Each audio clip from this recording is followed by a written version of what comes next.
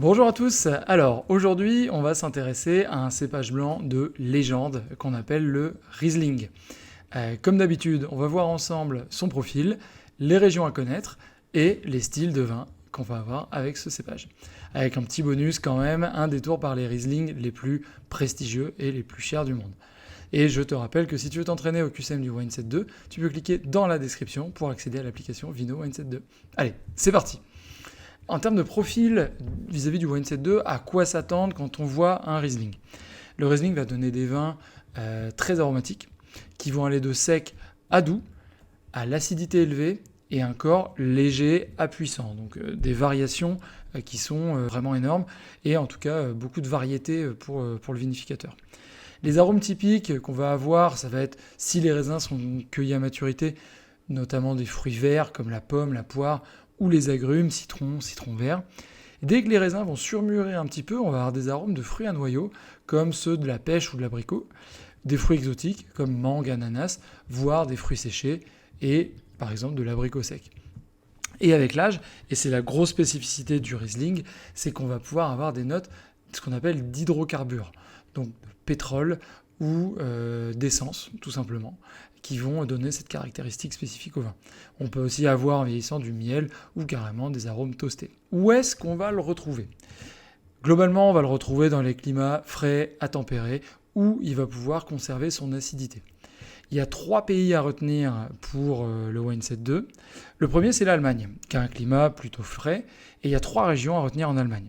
La première, c'est la Moselle, donc plutôt au nord, qui va produire des Riesling légers avec une forte acidité.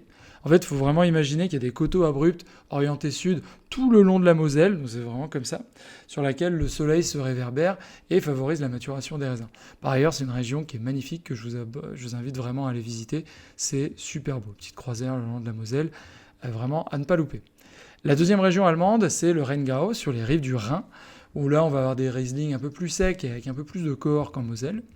Et la troisième région, c'est le Palatinat rhénan, ou qu'on appelle en allemand Pfalz, qui est un climat plutôt similaire à celui de l'Alsace. Ça nous emmène d'ailleurs au deuxième pays, qui est la France et l'Alsace, avec une région dans laquelle on retrouve beaucoup de Riesling. L'Alsace qui a la particularité d'être protégée du vent et de la pluie par les Vosges, qui en fait une région très sèche et ensoleillée, contrairement à ce qu'on peut penser en France. On va trouver les Riesling alsaciens qui sont des vins secs aux arômes très intenses, d'agrumes et de fruits à noyaux, au corps moyen et à l'acidité élevée. Et la troisième région qui va en surprendre plus d'un, le troisième pays, c'est l'Australie.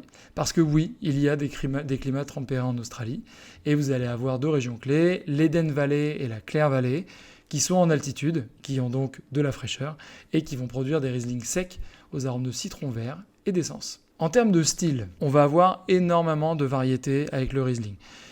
Ça peut aller d'un Riesling sec, comme en Alsace ou en Australie, à doux, en Allemagne. Le Riesling résiste au froid et il a une grande capacité à conserver son acidité et à gagner lentement en sucre. Ce qui donne en fait beaucoup d'options pour les vendanges et les vendanges tardives. Parce qu'on peut vraiment choisir, en fonction de à quel moment on récolte, le niveau de sucrosité du raisin. Par ailleurs, toujours avec son acidité importante, ça va être idéal pour équilibrer un niveau élevé de douceur, qu'on peut obtenir grâce aux vendanges tardives, par exemple, mais aussi grâce au botrytisme. C'est ce qui fait aussi le succès des grands vins de Bordeaux type Sauterne. Le mélange sucrosité-acidité. Le cépage étant par ailleurs très expressif, on va en général faire une fermentation en contenant inerte pour préserver les arômes. Petite info bonus, pour les amateurs au portefeuille bien garni, vous pouvez vous tourner vers Egon Müller en Allemagne, qui fait un Schwarzhofberger Riesling Trockenbernes Lese de Moselle, considéré aujourd'hui comme le plus grand vin blanc du monde, avec des bouteilles qui vont jusqu'à 30 000 € la bouteille. Petite astuce pour mémo pour le Wine Set numéro 2, si on veut rapprocher le Riesling d'un autre cépage, ça serait le Sauvignon blanc.